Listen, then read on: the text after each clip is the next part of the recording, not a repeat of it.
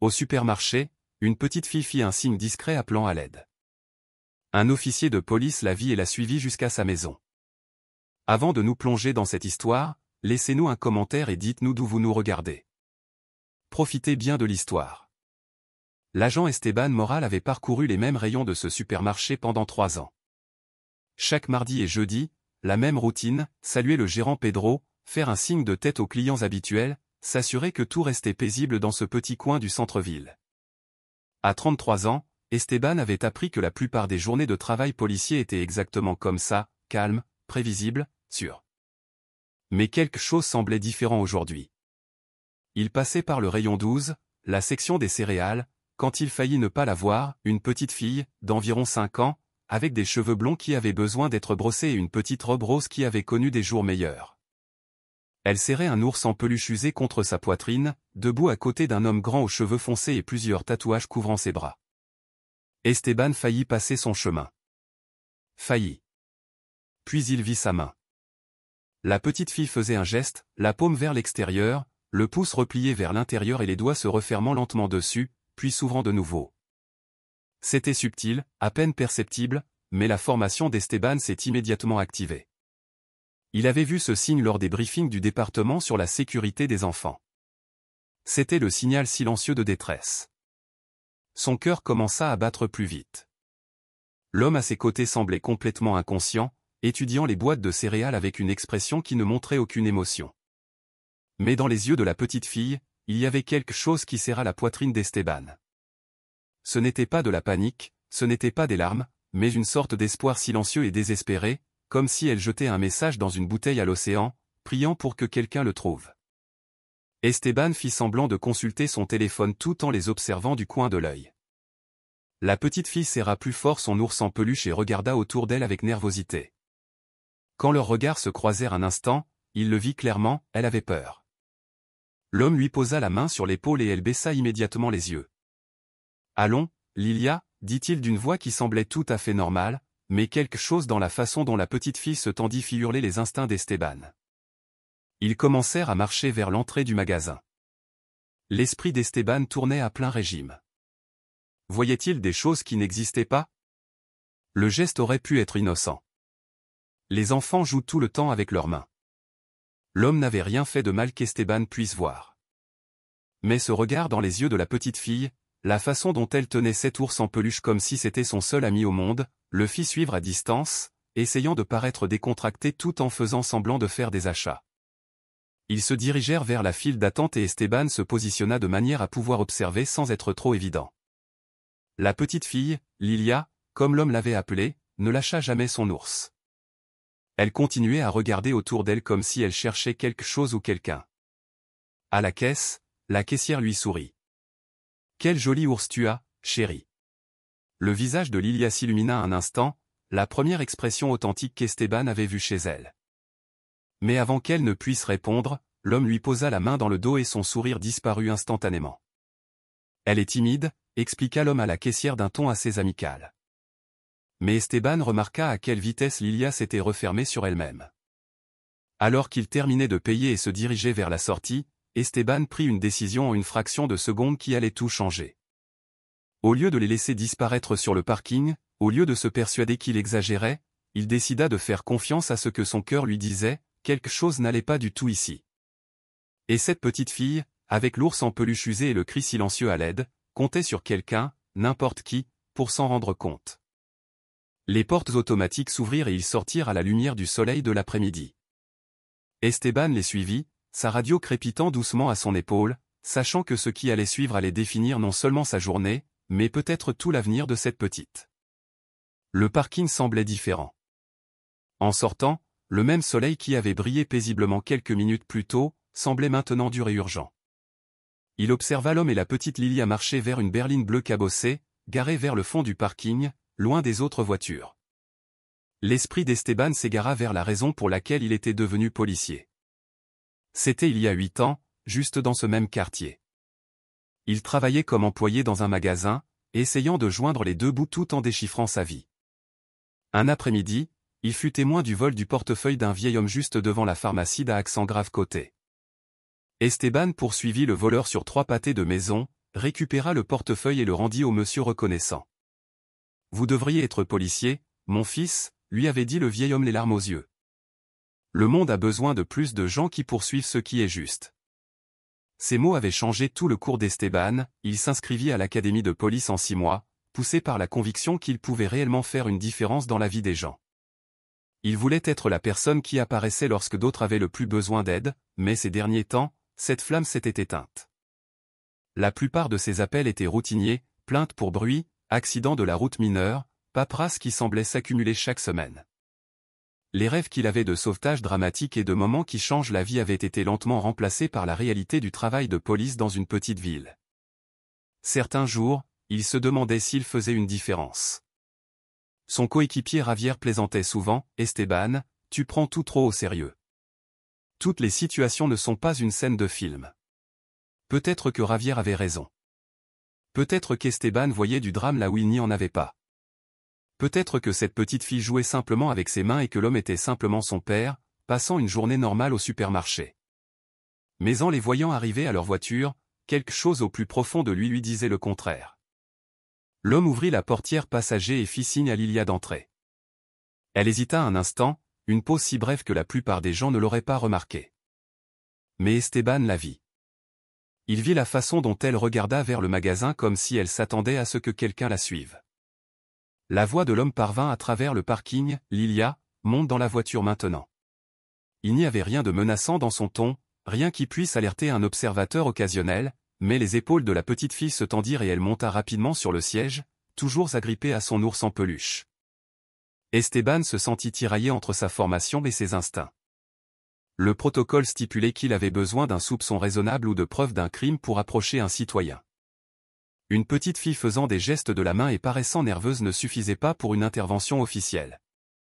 Il pourrait avoir de sérieux ennuis pour avoir harcelé des personnes innocentes sur la base d'un pressentiment. Mais, et si son pressentiment était juste? Et si cette petite fille avait vraiment besoin d'aide? Et s'il s'éloignait parce qu'il craignait de suivre la procédure appropriée? Le moteur de la berline bleue démarra et Esteban réalisa qu'il avait environ 30 secondes pour prendre une décision qui pourrait tout changer. Il pouvait retourner à sa patrouille, déposer son rapport sur l'inspection de routine du supermarché et rentrer chez lui dans son appartement calme comme n'importe quel autre jour. Ou il pouvait faire confiance à la voix dans sa tête qui lui criait depuis le moment où il avait vu le signal silencieux de Lilia. Alors que la voiture commençait à reculer de la place de stationnement, Esteban prit sa décision, il courut vers sa voiture de patrouille, radio à la main, essayant de paraître décontracté mais déterminé. Il n'était pas sûr de ce qu'il allait faire, mais il savait qu'il ne pouvait pas simplement les laisser disparaître. Les mots du vieil homme d'il y a 8 ans résonnaient dans son esprit, le monde a besoin de plus de gens qui poursuivent ce qui est juste. Aujourd'hui, Esteban allait poursuivre. La berline bleue s'engagea dans la rue principale et Esteban démarra son moteur, gardant ses distances mais sans perdre le contact visuel.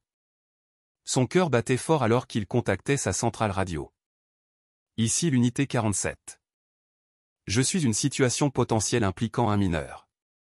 Je demande un soutien uniquement pour observation. Il ne savait pas où ce chemin le mènerait, mais pour la première fois depuis des mois, l'agent Esteban Moral sentit qu'il était exactement là où il était censé être. La berline bleue circulait dans le trafic du centre-ville à un rythme normal. Rien de suspect dans sa façon de conduire. Esteban se tenait à 3 voitures de distance, les paumes moites sur le volant. Toutes les quelques secondes, il apercevait les cheveux blonds de Lilia sur le siège passager. Sa radio crépita. Unité 47, ici la centrale. Quelle est la nature de votre situation? Esteban hésita. Comment pouvait-il expliquer qu'une petite fille avait fait un geste de la main qui pourrait ne rien signifier, que son instinct lui criait que quelque chose n'allait pas, mais qu'il n'avait aucune preuve concrète? Centrale, j'ai observé un possible signal de détresse d'une mineure au supermarché de la rue principale. Je suis pour assurer la sécurité de l'enfant. Une pause. Puis, compris. Unité 47. Le sergent Vargas demande que vous retourniez au poste pour faire un rapport avant de continuer. Le cœur d'Esteban se serra. Le sergent Vargas était méticuleux et suivait le règlement à la lettre. S'il perdait de vue cette voiture maintenant, il pourrait ne plus jamais revoir Lilia. La berline tourna à gauche sur l'avenue de l'Érable en direction de la partie la plus ancienne de la ville, où les appartements étaient regroupés comme des pièces de puzzle. Esteban devait prendre une décision, suivre les ordres ou suivre ses instincts. Il tourna à gauche. Unité 47. Accusé, réception de votre retour au poste. La radio bourdonna de nouveau. Esteban tendit la main vers la radio puis s'arrêta. La berline ralentissait, se garant devant un immeuble d'appartements délabré appelé Résidence Ocaso. L'ironie du nom ne lui échappa pas. Le bâtiment ne semblait pas avoir vu de coucher de soleil digne d'être célébré depuis des décennies. Il vit l'homme sortir et se diriger vers le côté de Lilia. Elle sortit lentement, tenant toujours son ours en peluche, et regarda autour du parking. Un instant, ses yeux semblèrent chercher dans la rue comme si elle savait que quelqu'un pourrait l'observer. Puis, ils disparurent à l'intérieur du bâtiment. Esteban resta dans sa voiture de patrouille à regarder l'entrée. Appartement 2B, il l'avait noté sur les boîtes aux lettres. Et maintenant? Il ne pouvait pas simplement frapper à leur porte sans raison. Il ne pouvait pas rester assis ici toute la journée sans s'expliquer à son supérieur. Sa radio crépita de nouveau, plus insistante cette fois. Unité 47. Répondez immédiatement. Esteban prit une profonde inspiration et saisit la radio. Ici l'unité 47. Je suis aux appartements Ocaso. Les sujets sont entrés dans le bâtiment. Je demande la permission de faire une vérification de bien-être. Le silence dura ce qui sembla une éternité. Finalement, unité 47. Retournez immédiatement à la base pour faire un rapport au sergent Vargas. C'est un ordre. Esteban regarda vers le deuxième étage de l'immeuble. Quelque part derrière l'une de ses fenêtres, une petite fille pourrait être en difficulté ou elle pourrait être parfaitement en sécurité avec son père, jouant avec des jouets et prenant une collation. Il démarra le moteur et s'éloigna à contre-cœur, non sans avoir mémorisé chaque détail qu'il put sur le bâtiment, la voiture et le numéro d'appartement. Parfois, faire ce qui était juste signifiait suivre les ordres, mais d'autres fois, cela signifiait poser les bonnes questions aux bonnes personnes. La sergente Vargas l'attendait. Le poste de police semblait plus froid que d'habitude alors qu'Esteban marchait dans les couloirs familiers. Les agents saluaient comme d'habitude, mais l'esprit d'Esteban était ailleurs, figé sur l'image de la petite main de Lilia, faisant ce geste, la façon dont elle avait serré son ours en peluche comme une bouée de sauvetage. La sergente Patricia Vargas était dans son bureau, examinant des rapports. À 52 ans, elle imposait le respect à tout le monde au département. Ses cheveux gris étaient tirés en un chignon impeccable et ses yeux bleus perçants ne manquaient rien. « Asseyez-vous, Moral, dit-elle sans lever les yeux de ses papiers. Esteban s'assit, essayant d'organiser ses pensées.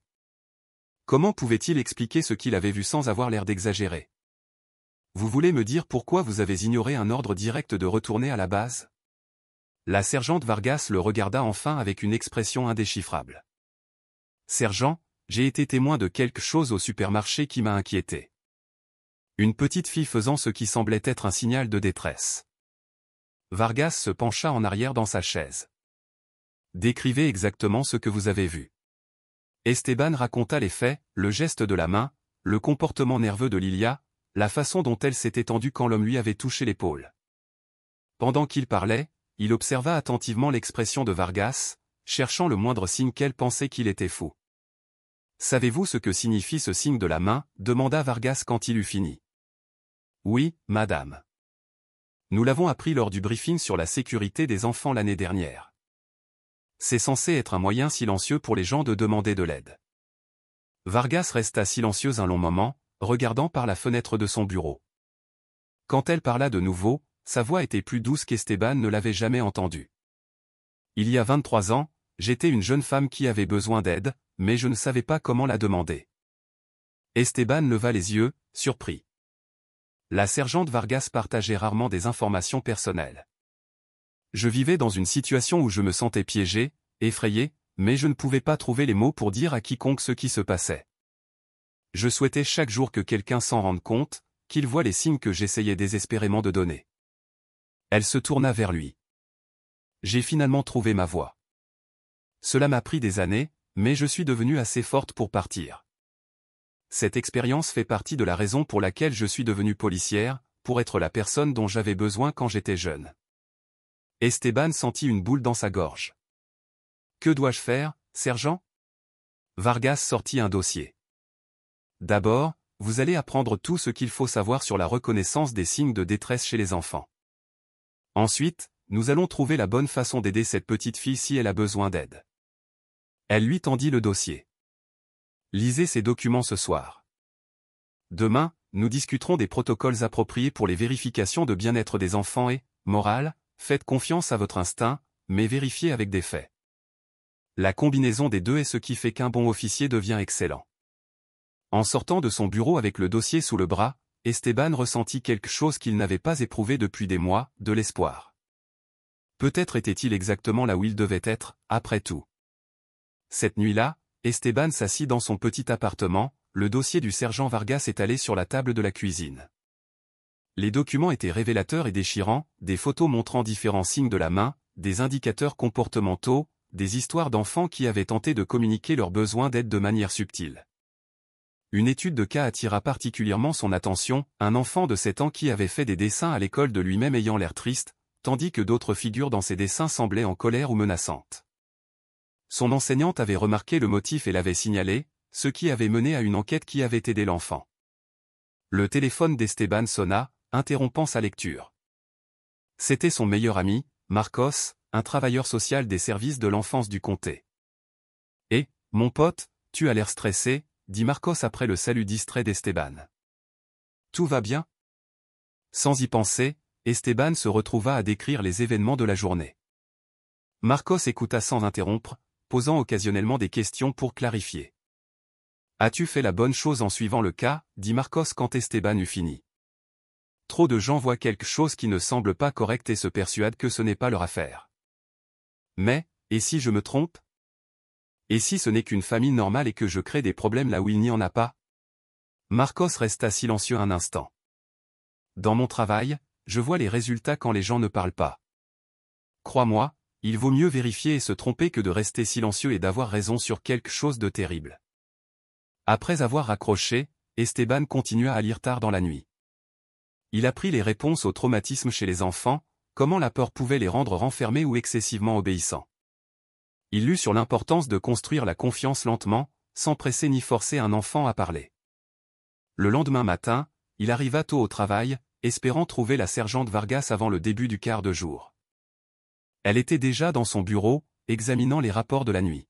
« J'ai tout lu », dit Esteban en lui montrant le dossier.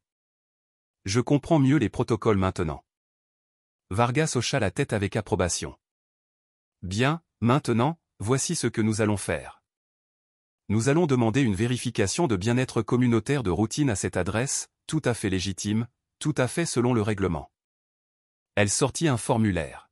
« Nous irons ensemble cet après-midi. Vous observerez et apprendrez la procédure appropriée. S'il y a quelque chose à craindre, nous le verrons. Sinon, nous aurons fait notre diligence raisonnable. » Esteban ressentit un mélange de soulagement et de nervosité. À quoi dois-je m'attendre? Attendez-vous à garder l'esprit ouvert, attendez-vous à rechercher des faits, non à confirmer des soupçons, et attendez-vous à ce que parfois la partie la plus importante de notre travail soit simplement de faire savoir aux gens que quelqu'un se soucie suffisamment pour vérifier. Alors qu'il se préparait pour la visite de l'après-midi, Esteban pensa à Lilia et à son ours en peluche. Dans quelques heures, il saurait si son instinct avait été juste. À 14h30, Esteban et la sergente Vargas arrivèrent aux appartements Ocaso. Le bâtiment semblait encore plus usé à la lumière du jour, peinture écaillée, trottoirs fissurés et fenêtres couvertes de rideaux inégaux. Mais c'était le foyer de dizaines de familles, et Esteban se rappela de ne pas juger sur les apparences. « Souvenez-vous, » dit Vargas alors qu'il marchait vers l'entrée. « Nous sommes ici pour une vérification communautaire de routine. Nous sommes amicaux, professionnels et observateurs. » Ils montèrent les escaliers jusqu'au 2e étage. Le couloir sentait le vieux tapis et les produits de nettoyage. L'appartement 2B était au bout du couloir, sa porte peinte d'un bleu délavé qui correspondait à la berline de la veille. Vargas frappa fermement, mais sans agressivité. « Bonjour, je suis la sergente Vargas du département de police métropolitain.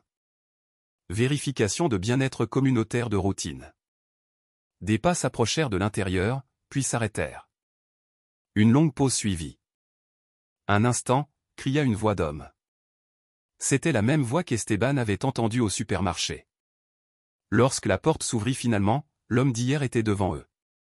De près, Esteban put voir qu'il avait probablement une trentaine d'années, avec des yeux fatigués et des mains calleuses qui suggéraient qu'il travaillait dans la construction ou les travaux manuels. « Agent, y a-t-il un problème » demanda l'homme. Son ton était poli, mais prudent. « Aucun problème, monsieur » répondit Vargas avec un sourire professionnel. « Je suis la sergente Vargas et voici l'agent moral. Nous effectuons des vérifications de bien-être de routine dans le quartier, juste pour nous assurer que tout le monde va bien, pour voir s'il y a des préoccupations communautaires que nous devrions connaître. » L'homme, qui se présenta comme Dante Bravo, sembla se détendre un peu. « C'est très aimable de votre part, bien que tout aille bien ici. »« C'est merveilleux de l'entendre, » dit Vargas. « Nous avons eu quelques rapports d'activité suspectes dans la zone, nous contactons donc les résidents. »« Vivez-vous seul ici, monsieur Bravo ?» Dante hésita un instant. « Non, j'aide à m'occuper de la fille d'une amie temporairement. Sa mère a dû quitter la ville pour le travail. »« C'est très gentil de votre part, » dit Vargas. « La petite est-elle ici maintenant ? Nous aimons nous assurer que tous les enfants du quartier savent qu'ils peuvent venir nous voir s'ils ont besoin d'aide. » Une autre pause. « Elle fait la sieste en ce moment. Elle n'aime pas être dérangée. » Esteban remarqua que Dante ne les avait pas invités à entrer et qu'il bloquait l'entrée avec son corps. À travers l'ouverture, Esteban put voir un petit salon avec un canapé et une télévision, mais aucun signe d'articles pour enfants comme des jouets ou des décorations colorées. « Bien sûr, nous ne voudrions pas la réveiller, » dit Vargas avec compréhension. « Comment s'appelle-t-elle ? Nous aimons garder un registre de tous les enfants dans notre zone de patrouille. »« Lilia, » dit Dante rapidement. « Elle s'appelle Lilia. »« Et quand attendez-vous le retour de sa mère » demanda Vargas d'un ton désinvolte. Les yeux de Dante s'égarèrent légèrement. « Bientôt, très bientôt. Écoutez, agent, j'apprécie que vous vous inquiétiez pour le quartier, mais tout va vraiment bien ici. » Vargas sourit et lui tendit sa carte de visite. « Absolument, monsieur Bravo. Nous apprécions votre temps. Si vous ou Lilia avez besoin de quoi que ce soit, n'hésitez pas à appeler. » Alors qu'il retournait dans le couloir, Esteban se sentit frustré. Ils avaient appris très peu de choses et ils n'avaient pas vu Lilia du tout.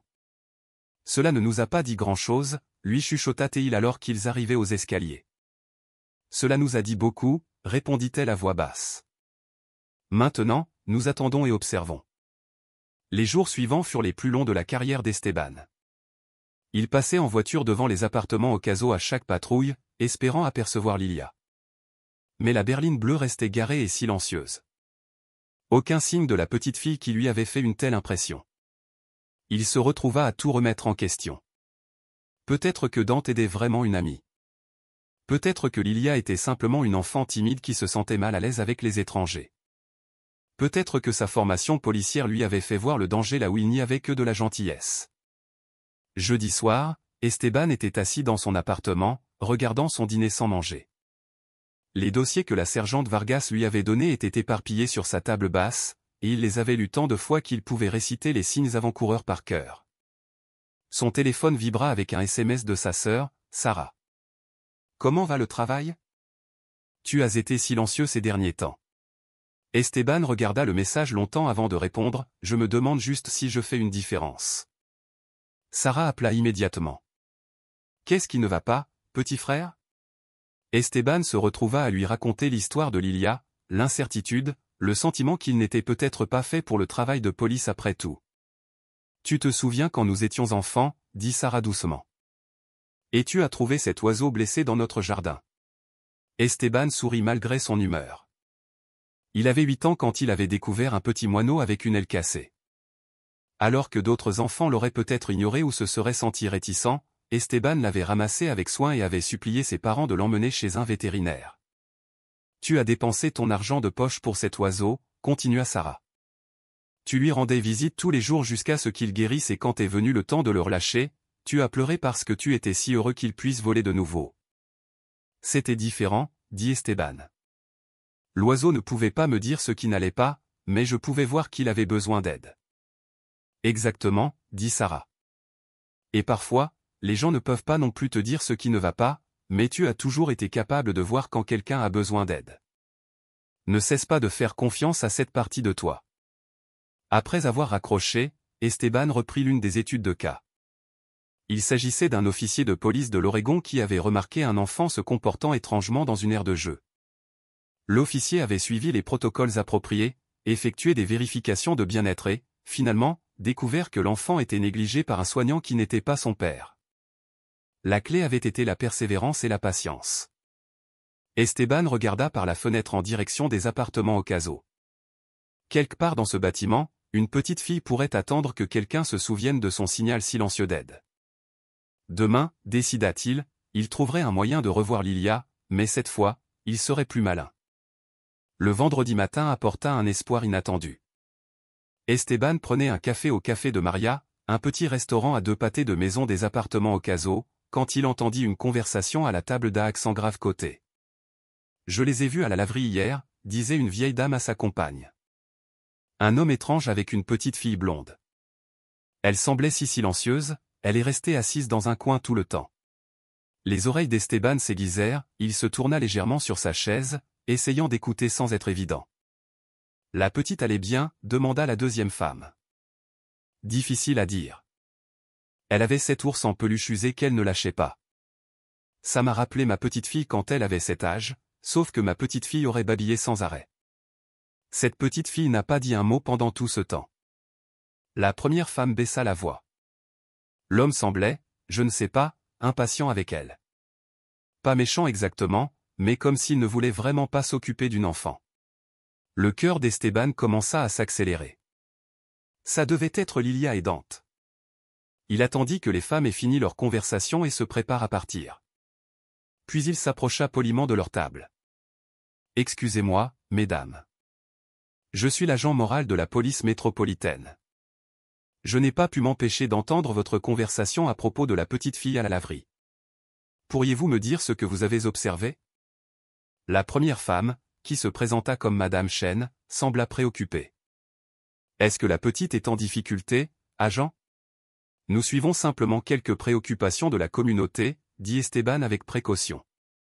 Toute information que vous pourriez partager serait utile. » Madame Chen décrivit avoir vu Lilia et Dante à la laverie, Mousse et Bulle, le mercredi après-midi. Elle les avait remarqués parce que la petite fille avait été inhabituellement silencieuse et immobile pendant que l'homme lavait le linge. La plupart des enfants de cet âge sont curieux de tout, dit Madame Chen. Ils veulent voir les machines à laver tourner, ils posent des questions, ils s'agitent, mais cette petite s'est juste assise sur cette chaise en plastique, tenant son ours comme si elle avait peur de bouger. « Avez-vous remarqué autre chose ?» demanda Esteban. Eh bien, Madame Chen regarda son ami, puis de nouveau Esteban. « J'ai été enseignante de maternelle pendant 30 ans et je sais comment les enfants se comportent quand ils sont à l'aise par rapport à quand ils ne le sont pas. » Cet enfant semblait s'efforcer de devenir invisible. Esteban remercia les femmes et appela immédiatement la sergente Vargas. « Nous devons visiter cette laverie, » lui dit-il. « S'ils sont des clients réguliers, les employés pourraient avoir vu quelque chose. » 1 heure plus tard, Esteban et Vargas parlaient avec Thomas, le gérant de 19 ans de Mousse et Bulle. « Ah, oui, je me souviens d'eux, » dit Thomas.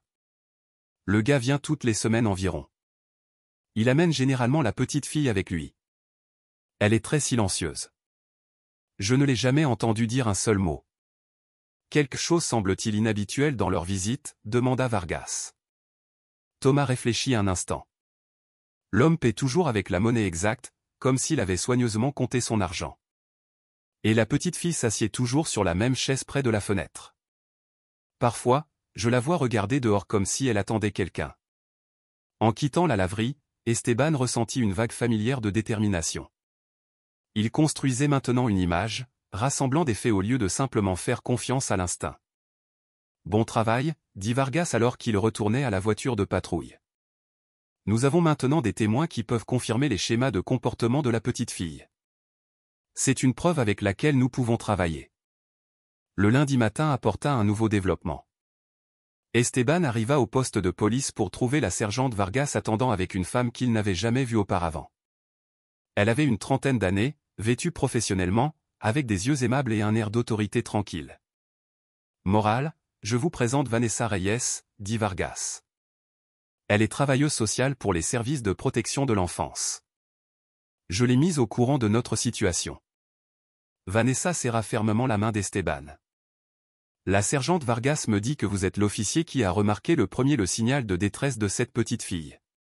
Oui, madame, dit Esteban, se sentant soudainement nerveux. J'espère que je n'ai pas trop réagi.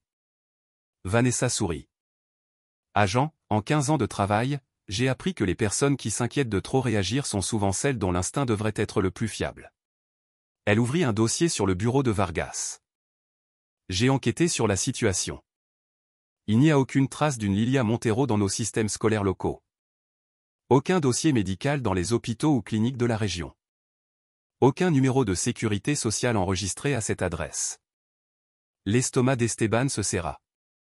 Qu'est-ce que cela signifie? Cela signifie que cet enfant est essentiellement invisible pour le système, dit Vanessa avec gravité. Soit ces documents sont conservés ailleurs, soit. Elle n'eut pas besoin de terminer la phrase. Tous comprenaient les implications.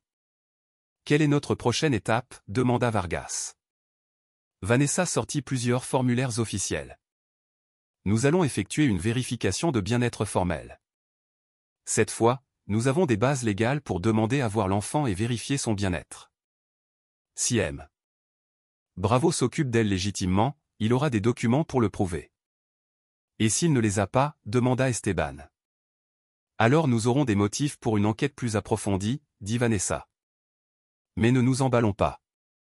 L'objectif est d'assurer la sécurité de l'enfant, pas de supposer qu'il y a un crime. Pendant qu'il planifiait leur approche, Esteban fut impressionné par le professionnalisme minutieux de Vanessa. Elle expliqua les exigences légales, l'importance de suivre les procédures appropriées et les droits de l'enfant et de l'adulte concerné. Je dois demander, dit Esteban, à quelle fréquence ces situations s'avèrent-elles légitimes. Vanessa resta silencieuse un instant. Plus souvent que vous ne le pensez, parfois les gens aident de manière non officielle et tout est parfaitement innocent. Mais parfois, elle le regarda directement, parfois l'instinct d'un policier est la seule chose qui se dresse entre un enfant et une très mauvaise situation. Vous avez agi sur ce que vous ne pouviez pas voir, continua-t-elle. La plupart des gens ne réagissent qu'à des signes évidents de détresse. Le fait que vous ayez remarqué quelque chose de subtil, quelque chose que d'autres auraient pu ignorer, cela vous rend déjà différent. Alors qu'il se préparait à retourner aux appartements Ocaso, cette fois avec une autorité légale et un soutien professionnel, Esteban ressentit un mélange d'espoir et d'anxiété. Aujourd'hui, enfin, ils obtiendraient des réponses. Le plan était simple, mais minutieux. Vanessa prendrait l'initiative en tant que représentante officielle des services de protection de l'enfance, avec Vargas et Esteban fournissant un soutien policier. Ils avaient des documents, une autorité légale et des protocoles clairs à suivre. N'oubliez pas, dit Vanessa alors qu'ils étaient assis dans la voiture de patrouille devant les appartements Ocaso. Notre principale préoccupation est la sécurité et le bien-être immédiat de l'enfant. Nous ne sommes pas ici pour faire des accusations ou des jugements. Nous sommes ici pour recueillir des faits. Esteban étudia de nouveau le bâtiment. À la lumière du jour, il pouvait voir des jouets d'enfants éparpillés sur certains des autres balcons d'appartements, des vélos appuyés contre les balustrades, des signes d'une vie de famille normale, mais le balcon du 2B restait vide et stérile. Que demanderez-vous exactement? Demanda Esteban, voulant s'assurer qu'il comprenait parfaitement la procédure. D'abord, je demanderai à voir Lilia pour vérifier son bien-être, expliqua Vanessa. Ensuite, je demanderai des documents prouvant que M. Bravo à l'autorité légale de s'occuper d'elle, papier de tutelle, une lettre notariée de sa mère, quelque chose d'officiel. Et s'il refuse, demanda Vargas cette fois. Alors nous avons des motifs pour une enquête plus intensive, mais espérons que nous n'en arriverons pas là. Alors qu'il montait les escaliers vers le 2e étage, Esteban remarqua des détails qu'il avait ignorés auparavant. Le couloir était plus propre qu'il ne l'avait initialement pensé et il pouvait entendre des bruits de vie d'appartement normal, une télévision avec des dessins animés, quelqu'un au téléphone, l'odeur de nourriture qui cuisait. Quand ils arrivèrent à l'appartement 2B, Vanessa frappa avec autorité, mais sans agressivité. « Monsieur Bravo, je suis Vanessa Reyes des services de protection de l'enfance. Je dois vous parler de Lilia Montero. » Le silence de l'intérieur dura plus longtemps qu'auparavant. Finalement, des pas s'approchèrent de la porte. « Que voulez-vous » La voix de Dante était prudente, moins amicale que lors de leur visite précédente. « Monsieur Bravo, je dois effectuer une vérification de bien-être de la mineure sous votre garde. C'est une procédure standard. Puis-je entrer? Une autre longue pause. Avez-vous un mandat? Vanessa resta calme et professionnelle. Monsieur, je n'ai pas besoin de mandat pour effectuer une vérification de bien-être infantile lorsqu'il y a des préoccupations concernant la sécurité d'un mineur. Je dois voir Lilia et vérifier que vous avez l'autorisation appropriée pour vous en occuper. La porte s'ouvrit, mais de quelques centimètres seulement. Dante apparut dans l'ouverture, l'air méfiant. Elle va bien, il n'y a pas de problème ici. Je suis sûr qu'elle va bien, monsieur Bravo, dit Vanessa gentiment. Mais je dois la voir par moi-même et lui parler brièvement. C'est juste le protocole. Elle dort. Alors nous pouvons attendre qu'elle se réveille, répondit Vanessa, ou lui parler très doucement. Cela ne prendra pas longtemps. Esteban put voir la lutte interne de Dante. L'homme semblait fatigué, stressé, comme quelqu'un qui avait porté un lourd fardeau pendant trop longtemps. Écoutez, dit Dante finalement. J'essaie juste d'aider sa mère. Elle m'a demandé de m'occuper de Lilia pendant un moment. Je n'ai jamais signé pour toutes ces formalités. Où est sa mère maintenant? Demanda Vanessa doucement. Je ne suis pas sûr. Elle a dit qu'elle reviendrait, mais c'était... Dante s'interrompit. Il y a combien de temps, monsieur Bravo? La question resta suspendue dans l'air comme un poids lorsque Dante répondit finalement. Sa voix n'était qu'un murmure, 3 semaines. Le poids de l'aveu de Dante s'abattit sur eux comme une lourde couverture. 3 semaines, une petite fille de 5 ans avait été sans sa mère pendant 3 semaines, sous la garde de quelqu'un qui n'était clairement pas préparé à cette responsabilité. Monsieur Bravo, dit Vanessa, sa voix restant douce mais ferme. Je dois vraiment voir Lilia maintenant. Pouvez-vous nous laisser entrer, s'il vous plaît? Les épaules de Dante s'affaissèrent comme s'il avait tenu le monde et devait finalement le laisser tomber. Lentement, il ouvrit davantage la porte et s'écarta. L'appartement était petit, mais étonnamment propre. Un canapé marron était contre un mur devant une vieille télévision. La cuisine était rangée avec des assiettes empilées sur un égouttoir. Mais ce qui frappa immédiatement Esteban, c'est le vide qu'il ressentait. Il n'y avait pas de dessin d'enfant sur le réfrigérateur, pas de jouets colorés éparpillés, pas de signe qu'une petite fille y vivait. Lilia, appela Dante doucement vers une porte fermée au bout d'un court couloir. Des gens veulent te rencontrer. La porte s'ouvrit lentement et elle était là, la même petite fille aux cheveux blonds du supermarché, toujours agrippée au même ours en peluche usé. Elle portait des vêtements différents, un simple t-shirt jaune et un jean bleu, mais son expression était exactement la même, prudente, attentive, comme un petit animal qui avait appris à être très prudent avec les mouvements brusques. Vanessa s'accroupit au niveau des yeux de Lilia, gardant une distance respectueuse. Bonjour, Lilia. Mon nom est Vanessa. Je travaille avec les enfants et je voulais juste m'assurer que tu allais bien. Lilia regarda de Vanessa à Esteban, à la sergente Vargas et de nouveau à Dante. Elle ne parla pas, mais hocha légèrement la tête. C'est un bel ours en peluche, continua Vanessa d'une voix chaleureuse. Comment s'appelle-t-il? Pour la première fois, l'expression de Lilia s'adoucit un peu. Monsieur Bouton, murmura-t-elle si bas qu'il dut s'efforcer de l'entendre. Monsieur Bouton est un très bon nom, dit Vanessa avec un sourire sincère. Est-ce qu'il a bien pris soin de toi? Lilia hocha de nouveau la tête, serrant l'ours plus fort. Esteban observa l'interaction attentivement. La petite fille semblait fatiguée et il y avait des cernes sous ses yeux qui suggéraient qu'elle n'avait pas bien dormi, mais elle ne semblait pas avoir peur de Dante, elle semblait plutôt incertaine de tout et de tout le monde. Lilia, dit Vanessa doucement. Te souviens-tu de ta maman? Le changement dans l'expression de Lilia fut immédiat et déchirant. Ses yeux se remplirent de larmes et elle baissa les yeux vers ses pieds. Maman est partie, dit-elle de la même voix chuchotée. T'a-t-elle dit où elle allait? Demanda Vanessa. Lilia secoua la tête. Elle pleurait. Puis elle est partie. Dante bougea mal à l'aise. Écoutez, je vous ai dit que j'essaie juste d'aider jusqu'à ce que sa maman revienne. Je ne savais pas quoi faire d'autre. La sergente Vargas parla pour la première fois depuis qu'ils étaient entrés. Monsieur Bravo, pouvez-vous nous dire exactement ce qui s'est passé? Comment vous êtes-vous retrouvé à vous occuper de Lilia? Dante passa ses mains dans ses cheveux, accablé. Tasha, c'est le nom de sa mère, a été ma voisine pendant environ 6 mois. Elle semblait avoir des difficultés, vous savez. Mère célibataire avec 2 emplois. Elle avait toujours l'air épuisée. Il regarda Lilia, qui écoutait attentivement tout en faisant semblant de chuchoter à son ours en peluche. Il y a environ un mois, elle a commencé à me demander si je pouvais parfois m'occuper de Lilia quand elle devait travailler tard. J'ai dit oui. Je veux dire, la petite est calme et la plupart du temps, elle s'assoit et joue avec cet ours. Ce n'était pas grand-chose. Qu'est-ce qui a changé? Demanda Vanessa. Il y a 3 semaines, Tasha est venue à ma porte au milieu de la nuit. Elle était agitée, vraiment agitée. Elle avait une valise et elle pleurait. Et elle m'a demandé si je pouvais m'occuper de Lilia juste quelques jours pendant qu'elle réglait des choses. La voix de Dante devint plus basse. Elle a dit qu'elle devait quitter la ville pendant un certain temps, que ce n'était pas sûr pour elle de rester.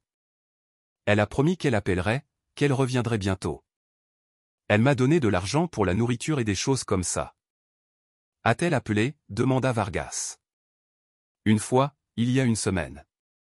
Elle a dit qu'elle allait bien, mais qu'elle avait besoin de plus de temps. C'était tout.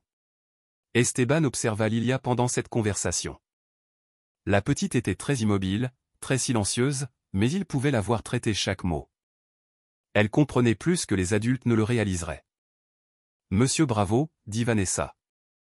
Avez-vous des informations de contact pour Tasha, un numéro de téléphone, une adresse où elle pourrait se trouver? Dante secoua la tête. Elle a appelé à chaque fois de numéros différents. Elle a dit qu'elle déménageait, qu'elle restait chez différents amis. Vanessa sortit un petit carnet. J'ai besoin de vous poser quelques questions sur la routine quotidienne de Lilia. Est-elle inscrite à l'école?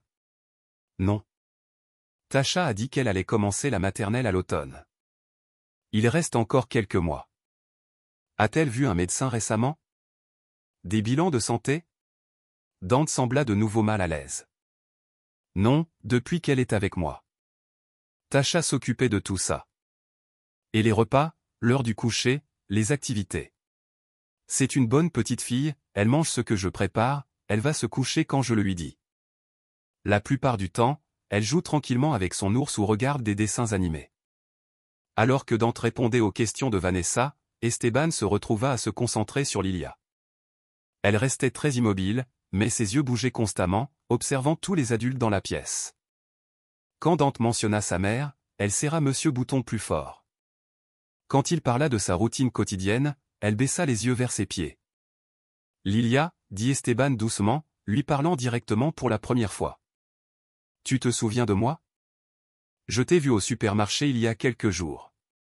Lilia le regarda et, un instant, ses yeux s'écarquillèrent de reconnaissance. Elle hocha lentement la tête. Tu tenais aussi Monsieur Bouton à ce moment-là, n'est-ce pas? Un autre signe de tête. Est-ce que vous prenez bien soin l'un de l'autre? Cette fois, la réponse de Lilia fut à peine audible, mais indubitable, c'est tout ce qui me reste. Les mots frappèrent tout le monde dans la pièce comme un coup physique. Dans cette simple phrase, une petite fille de 5 ans avait résumé exactement à quel point elle se sentait seule et effrayée. Vanessa échangea des regards significatifs avec Vargas et Esteban. Tous comprirent que, quoi qu'il arrive ensuite, le monde de Lilia était sur le point de changer à nouveau. La pièce devint silencieuse après les mots déchirants de Lilia. Vanessa s'agenouilla plus près de la petite fille, sa sérénité professionnelle momentanément ébranlée par la franchise brute d'une enfant qui avait appris trop tôt que le monde pouvait être imprévisible et effrayant. Lilia, ma chérie, dit Vanessa doucement. Monsieur Bouton a beaucoup de chance que tu prennes soin de lui, et tu sais quoi, il y a des gens qui veulent aussi prendre soin de toi. Lilia leva les yeux, ses grands yeux incertains. Dante bougea mal à l'aise, et Esteban put voir le poids de la responsabilité sur les épaules de l'homme. Quelles que soient ses intentions, il était clairement dépassé par la situation. Monsieur Bravo, dit Vanessa en se levant. Je dois vous poser quelques questions plus spécifiques. Avez-vous une documentation écrite de Tasha vous donnant la permission de vous occuper de Lilia? Dante secoua la tête. Elle était si pressée cette nuit-là. Elle a juste dit qu'elle me faisait confiance et qu'elle reviendrait bientôt. Connaissez-vous le nom complet de Tasha, son numéro de sécurité sociale, des contacts d'urgence? Son nom est Tasha Montero. Je ne sais rien d'autre. Nous n'étions pas des amis proches ou quoi que ce soit, juste des voisins qui s'aidaient parfois. La sergente Vargas fit un pas en avant. Monsieur Bravo, sans la documentation appropriée, vous n'avez aucune autorité légale pour prendre des décisions pour cet enfant. Cela vous met, vous et Lilia, dans une situation difficile. Je le sais maintenant, dit Dante d'une voix tendue. Mais qu'étais-je censé faire? Laisser une petite fille de 5 ans seule? Je pensais que sa maman reviendrait bientôt. Esteban observa cet échange tout en gardant un œil sur Lilia. La petite fille écoutait chaque mot et il put la voir devenir de plus en plus anxieuse à mesure que la conversation se poursuivait. Elle semblait sentir qu'un autre grand changement approchait. Vanessa sortit son téléphone. Je dois passer quelques appels pour voir si nous pouvons localiser Tasha Montero. En attendant, nous devons discuter de la situation de prise en charge immédiate de Lilia. Qu'est-ce que cela signifie? Demanda Dante, bien que son expression suggère qu'il le savait déjà. Cela signifie, dit Vanessa doucement, que tant que nous ne pouvons pas localiser sa mère et vérifier les arrangements de tutelle appropriés, Lilia doit être placée en garde protectrice temporaire. La réaction de Lilia fut immédiate et déchirante. Son visage se froissa et elle s'accrocha à Monsieur Bouton si fort qu'Esteban craignit qu'elle n'abîme l'ours en peluche déjà usé. Non, murmura-t-elle puis plus fort. Je ne veux pas rester avec Dante. Je veux ma maman. Dante sembla désolé. Malgré la situation compliquée, il était clair qu'il s'était réellement attaché à la petite fille au cours des 3 dernières semaines. Et, Lilia, ça va, dit-il en s'agenouillant à son niveau. Ces gens veulent juste s'assurer que tu es en sécurité. Mais tu me gardes en sécurité, dit Lilia en larmes. Tu me fais des sandwichs et tu me laisses regarder des dessins animés. L'innocence de ces mots fut dévastatrice. Cet enfant avait déjà perdu sa mère et était maintenant sur le point de perdre la seule stabilité qui lui restait, même si cette stabilité était imparfaite. Le téléphone de Vanessa vibra avec un rappel. Elle sortit dans le couloir pour y répondre en privé, laissant Vargas, Esteban et Dante consoler une petite fille de 5 ans en pleurs. Lilia, dit Esteban en s'agenouillant à côté de Dante. Tu te souviens quand je t'ai vu au supermarché? Tu as fait un signe spécial avec ta main. Lilia hocha la tête, essuyant son nez avec le dos de sa main. Ce signe m'a dit que tu avais besoin d'aide. Tu as été très courageuse de faire ça. J'avais peur, admit Lilia. Je ne savais pas si maman allait revenir et je ne savais pas comment demander de l'aide. Dante sembla surpris. C'est pour ça que tu as fait ça avec ta main? Je pensais que tu jouais juste. Une gentille dame policière nous a appris à la crèche, expliqua Lilia. Elle a dit que si nous avions besoin d'aide, mais que nous ne pouvions pas parler, nous pouvions faire ce signe et peut-être que quelqu'un le verrait. Esteban ressentit une vague de validation mêlée de tristesse. Son instinct avait été juste, mais la situation était plus complexe qu'il ne l'avait initialement pensé. Lilia n'avait pas été en danger immédiat avec Dante, mais elle avait eu peur et était incertaine, essentiellement orpheline sans que personne ne le sache. Vanessa revint de son appel téléphonique avec une expression sérieuse, mais pas entièrement sombre. J'ai des nouvelles, annonça-t-elle à la pièce. Tous la regardèrent avec attente, y compris Lilia, qui sanglotait encore, mais essayait d'être courageuse. La bonne nouvelle, c'est que nous avons trouvé Tasha Montero, dit Vanessa. Elle a été hébergée dans un foyer pour femmes à environ 2 heures au nord d'ici, dans le comté de Riverside. Le soulagement de Dante fut visible. Elle va bien? Elle va revenir? Elle est physiquement en sécurité, dit Vanessa avec précaution. Mais la situation est compliquée. Selon la coordinatrice du refuge, Tasha y est arrivée il y a 3 semaines, cherchant un hébergement d'urgence. Elle leur a dit qu'elle avait dû quitter sa situation de vie précédente rapidement pour sa propre sécurité. Et Lilia, demanda Esteban. Elle leur a parlé de sa fille. L'expression de Vanessa devint plus sérieuse. C'est là que ça se complique. Tasha a dit au refuge que sa fille était en sécurité avec quelqu'un de confiance, mais elle n'a pas pu donner plus de détails. Le refuge a supposé qu'elle faisait référence à des membres de la famille ou à des tuteurs légaux. Alors elle savait que Lilia était avec moi, dit Dante, l'air soulagé et confus à la fois. Oui, mais elle leur a aussi dit qu'elle avait peur d'établir un contact parce qu'elle pensait être suivie. Elle s'est essentiellement cachée pendant 3 semaines, terrifiée de contacter quiconque de sa vie antérieure. La pièce assimila cette information. Lilia, qui avait écouté attentivement malgré ses larmes, parla d'une toute petite voix, maman avait peur de l'homme en colère. Tous les adultes se tournèrent pour la regarder. C'était la première fois qu'elle mentionnait quelqu'un d'autre impliqué dans la situation. « Quel homme en colère, ma chérie ?» demanda Vanessa doucement. « Celui qui faisait pleurer maman », dit Lilia en serrant Monsieur Bouton. Il était bruyant et il l'effrayait, c'est pourquoi elle a dû partir. Les pièces du puzzle commençaient à s'assembler. Tasha n'avait pas abandonné sa fille. Elle fuyait quelqu'un qui l'avait fait se sentir en insécurité, et dans sa peur et son désespoir, elle avait pris la difficile décision de laisser Lilia avec quelqu'un en qui elle avait confiance pendant qu'elle essayait d'obtenir de l'aide. « Lilia, » dit Vanessa, « ta maman ne voulait pas te quitter. Elle essayait de te protéger. »« Elle va revenir maintenant ?» demanda Lilia avec espoir. Vanessa regarda Vargas et Esteban avant de répondre. « Nous allons l'appeler tout de suite et arranger pour que tu puisses lui parler, puis nous allons trouver la meilleure façon de réunir ta famille en toute sécurité. » Pour la première fois depuis leur arrivée, l'expression de Lilia s'éclaira. Elle regarda Monsieur Bouton et chuchota, « Tu as entendu ça? Maman va revenir. » Alors que Vanessa commençait à composer le numéro du refuge, Esteban réalisa que son instinct initial au supermarché avait été juste, mais pas de la manière qu'il attendait. Lilia avait eu besoin d'aide, non pas d'un sauvetage d'un danger immédiat, mais d'aide pour retrouver une mère qu'il aimait, mais qui avait été trop effrayée et dépassée pour savoir comment demander de l'aide elle-même. Le vrai travail ne faisait que commencer. L'appel téléphonique qui allait tout changer était sur le point d'avoir lieu. Vanessa avait contacté le refuge et fait en sorte que Tasha soit disponible pour leur parler. L'attente dans le petit appartement était presque palpable alors que tout le monde attendait.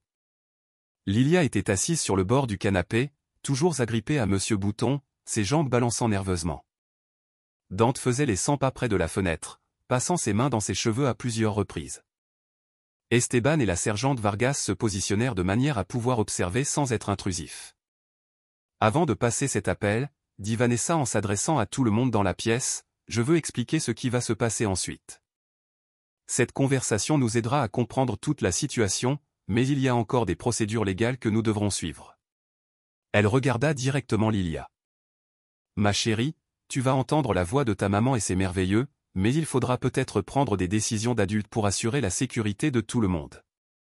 Lilia hocha solennellement la tête, bien qu'Esteban puisse voir qu'elle ne comprenait pas entièrement les implications. Vanessa composa le numéro et mit le téléphone sur haut-parleur.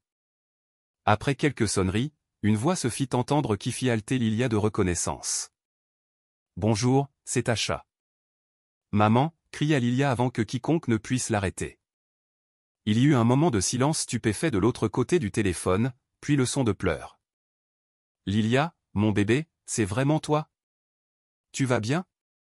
Tu es blessée? »« Je vais bien, maman, » dit Lilia, les larmes coulant sur son visage. « Tu m'as tellement manqué. Monsieur Bouton t'a manqué aussi. Oh, ma chérie, tu m'as manqué plus que toutes les étoiles du ciel. » La voix de Tasha était chargée d'émotion. « Je suis tellement désolé d'être parti.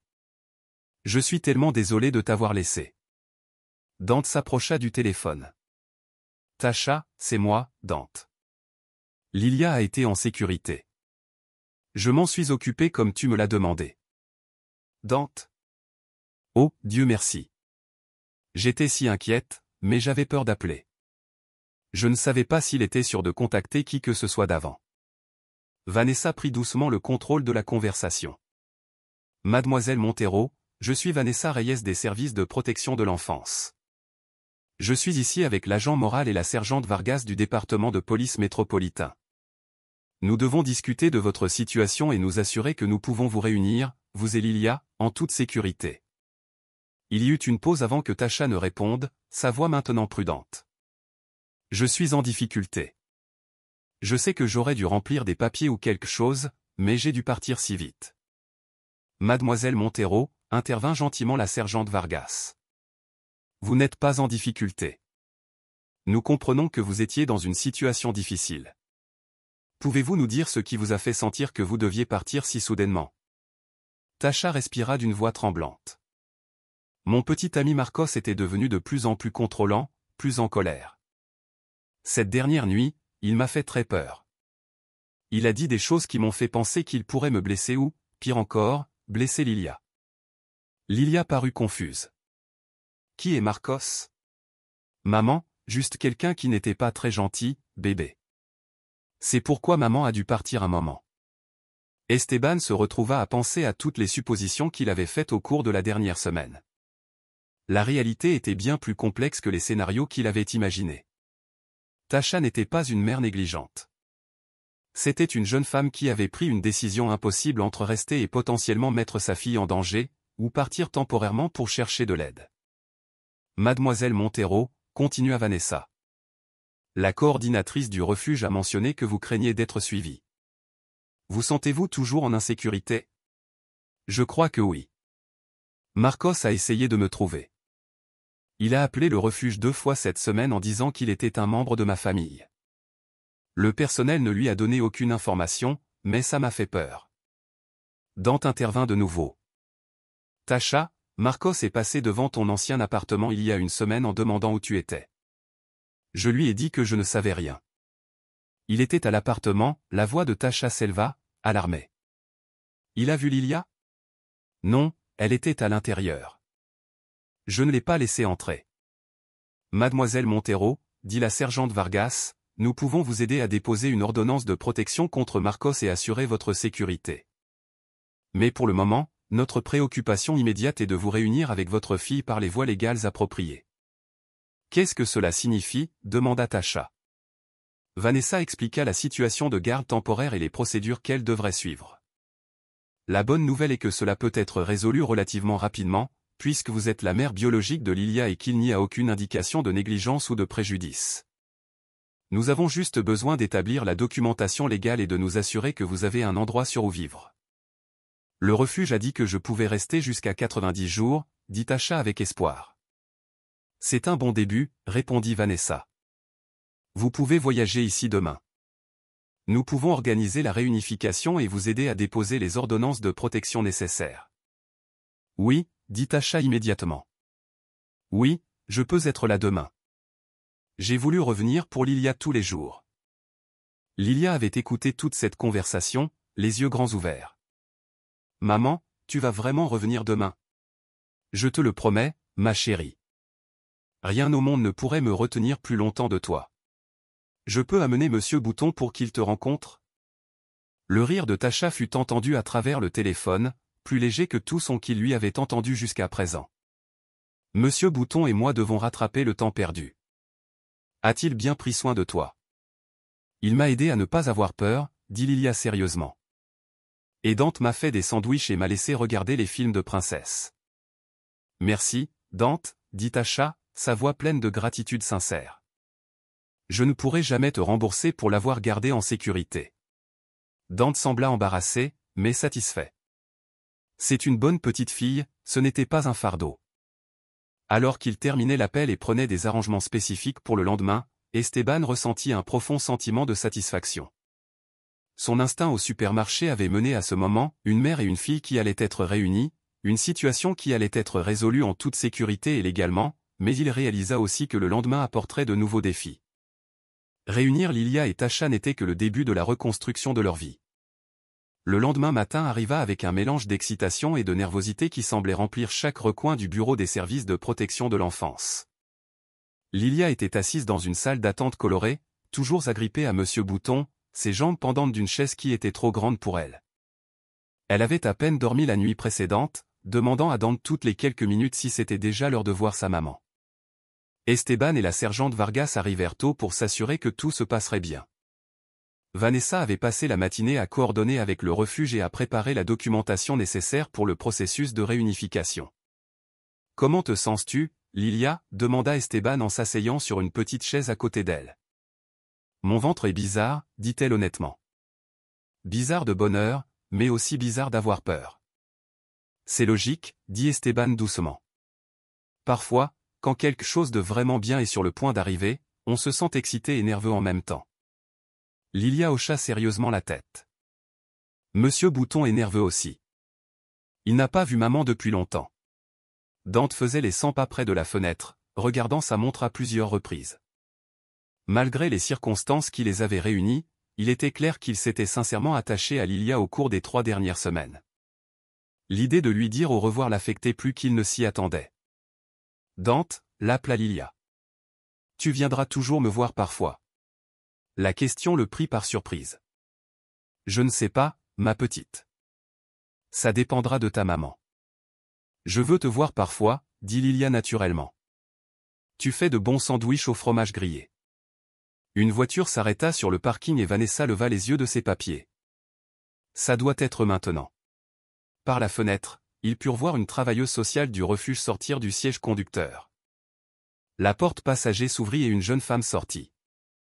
Même à distance, il n'y avait aucun doute sur la ressemblance familiale. Tasha Montero avait les mêmes cheveux blonds que sa fille, bien que tirés en queue de cheval, et elle se déplaçait avec la posture prudente de quelqu'un qui avait porté l'inquiétude comme une compagne constante. Lilia colla son visage à la fenêtre. « C'est maman ?»« Oui, ma chérie, » dit Vanessa. « C'est ta maman. » Les moments suivants semblèrent durer une éternité et passer en un instant, tout à la fois. Tasha entra dans le bâtiment avec la travailleuse sociale du refuge, compléta le processus d'enregistrement et fut conduite vers la salle de réunification. Lilia se leva si vite qu'elle faillit faire tomber Monsieur Bouton. Ses yeux étaient fixés sur la porte et Esteban put voir tout son corps trembler d'anticipation. Lorsque la porte s'ouvrit finalement et que Tasha entra, les retrouvailles furent tout ce qu'Esteban avait espéré et plus émouvantes qu'il ne s'y était préparé. « Maman !» Lilia courut à travers la pièce plus vite que personne ne l'avait vue bouger depuis le début de toute cette situation. Tasha s'agenouilla juste à temps pour attraper sa fille dans une étreinte qui semblait englober des semaines d'inquiétude, de peur et d'amour. Toutes deux pleuraient, mais c'était le genre de larmes qui lave la douleur au lieu de la causer. « Ma chérie », murmura Tasha en serrant Lilia si fort qu'il semblait qu'elle n'avait jamais l'intention de la lâcher de nouveau. « Tu m'as tellement manqué, je suis tellement désolée de t'avoir laissé. »« C'est bon, maman, » dit Lilia, la voix étouffée contre l'épaule de sa mère. « Je savais que tu reviendrais. » Monsieur Bouton le savait aussi. Tasha s'écarta suffisamment pour regarder l'ours en peluche usé qui avait été le compagnon constant de sa fille. « Bonjour, Monsieur Bouton, » dit-elle sérieusement, comme si elle saluait un vieil ami. « Merci de t'être aussi occupé de ma petite. » Lilia laissa échapper un petit rire entre deux larmes. « Il t'a manqué aussi, maman. Il me racontait des histoires sur toi quand j'avais peur la nuit. » Les adultes dans la pièce observèrent cette réunion avec un mélange de satisfaction professionnelle et d'émotion personnelle. Même la sergente Vargas, qui avait vu de nombreuses situations difficiles au cours de sa carrière, dut s'essuyer discrètement les yeux. Mais aussi beau que fût ce moment, Esteban pouvait voir que la mère et la fille étaient différentes de ce qu'elles avaient été 3 semaines plus tôt. Tasha semblait plus âgée, plus prudente, comme quelqu'un qui avait appris de dures leçons sur la confiance et la sécurité. Lilia semblait plus consciente de la rapidité avec laquelle les choses pouvaient changer, plus reconnaissante pour des choses simples comme les câlins et les voix familières. Alors que le processus formel de réunification se poursuivait avec les formalités administratives et les procédures, Lilia ne s'éloigna jamais de plus d'un bras de sa mère. Lorsque vint le moment de reconnaître le rôle de Dante dans ses soins, le moment fut doux amer. « Monsieur Bravo », dit Tasha en lui tendant la main pour la serrer. « Je ne pourrai jamais vous remercier assez pour ce que vous avez fait. Vous avez gardé ma fille en sécurité quand je ne pouvais pas. » Dante parut mal à l'aise avec la gratitude. « J'ai juste fait ce que n'importe qui ferait. »« Non, » dit Tasha fermement. « Tu as fait ce que quelqu'un avec un bon cœur ferait. Tout le monde n'aurait pas agi ainsi. » Lilia tira la manche de Dante. « Dante, tu pourras venir nous voir parfois ? Je veux te montrer ma chambre quand nous aurons une nouvelle maison. » Dante regarda Tasha de manière interrogative. Elle hocha la tête avec un sourire. « Bien sûr, tu seras toujours le bienvenu dans nos vies. » Alors qu'ils se préparaient à quitter le bureau ensemble, Tasha, Lilia et Monsieur Bouton, Vanessa prit Esteban à part. « Vous devriez être très fiers, » dit-elle. « Votre instinct et votre persévérance ont rendu cette réunion possible. » Esteban observa Lilia sauter à côté de sa mère vers la sortie, bavardant avec excitation sur tout ce qui s'était passé pendant qu'elles étaient séparées. « J'ai juste remarqué une petite fille qui avait besoin d'aide. »« C'est exactement le but, » dit Vanessa. La plupart des gens n'auraient pas remarqué et encore moins auraient agi en conséquence. Alors que la famille disparaissait par les portes, se dirigeant vers leur nouveau départ, Esteban ressentit quelque chose qu'il n'avait pas éprouvé dans son travail de police depuis longtemps, la certitude absolue qu'il avait fait une différence dans la vie de quelqu'un. Mais son histoire n'était pas encore tout à fait terminée.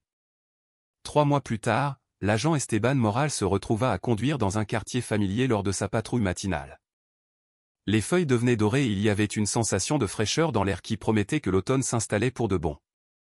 En tournant dans la rue de l'Érable, il remarqua quelque chose qui le fit ralentir et sourire.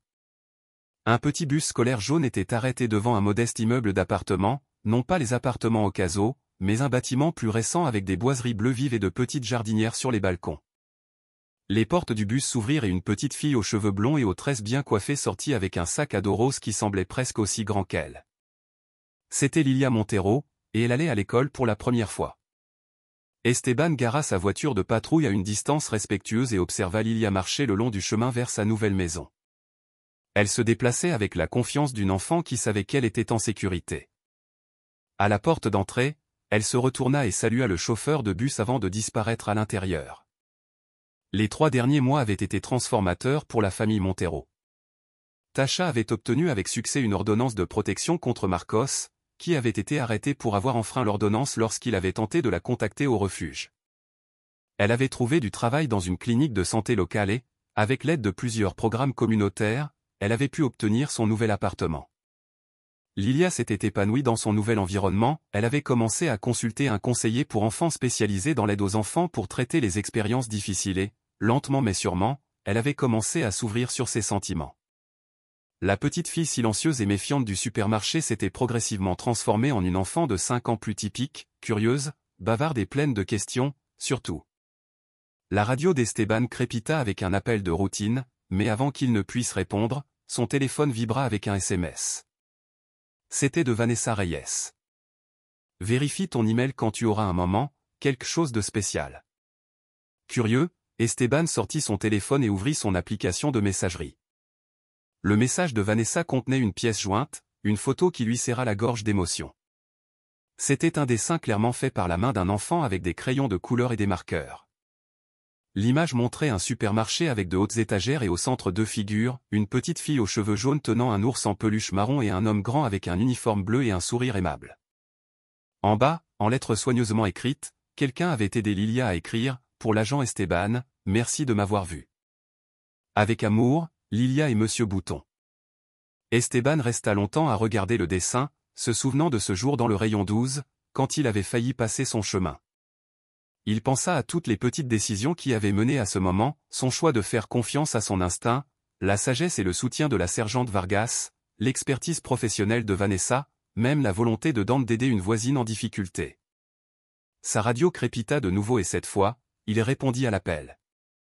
Mais en se dirigeant vers sa mission, Esteban ressentit quelque chose qu'il n'avait pas expérimenté dans son travail de police depuis des années, la certitude absolue qu'il était exactement là où il devait être, faisant exactement ce qu'il était censé faire. Une semaine plus tard, Esteban terminait son service lorsque la sergente Vargas s'approcha de son bureau. « Moral, j'ai quelque chose pour vous. » Elle lui tendit une enveloppe d'aspect officiel avec le sceau du département de police. « Qu'est-ce que c'est » demanda Esteban, bien qu'il ait l'impression de le savoir déjà. « Une reconnaissance pour service communautaire exceptionnel » dit Vargas avec un rare sourire. L'affaire Montero a été citée comme un exemple de surveillance proactive et de coopération interagence. Bon travail. Esteban ouvrit l'enveloppe et lut la lettre de recommandation, mais son esprit s'égara vers ce dessin toujours épinglé sur son réfrigérateur à la maison. Aucune reconnaissance officielle ne pouvait se comparer au fait de savoir qu'une petite fille était en sécurité, heureuse et commençait la maternelle, parce qu'il avait prêté attention à un cri silencieux à l'aide. « Merci, sergent, dit-il, mais sincèrement, j'ai l'impression d'en avoir tiré plus que ce que j'ai donné. » Vargas hocha la tête, d'un air entendu. « C'est généralement comme ça que ça marche quand vous faites quelque chose qui compte. » Au fur et à mesure que l'automne laissait place à l'hiver, Esteban passait occasionnellement devant l'école de Lilia à l'heure de la sortie. Il ne s'arrêtait jamais, n'intervenait jamais, il n'y avait pas besoin.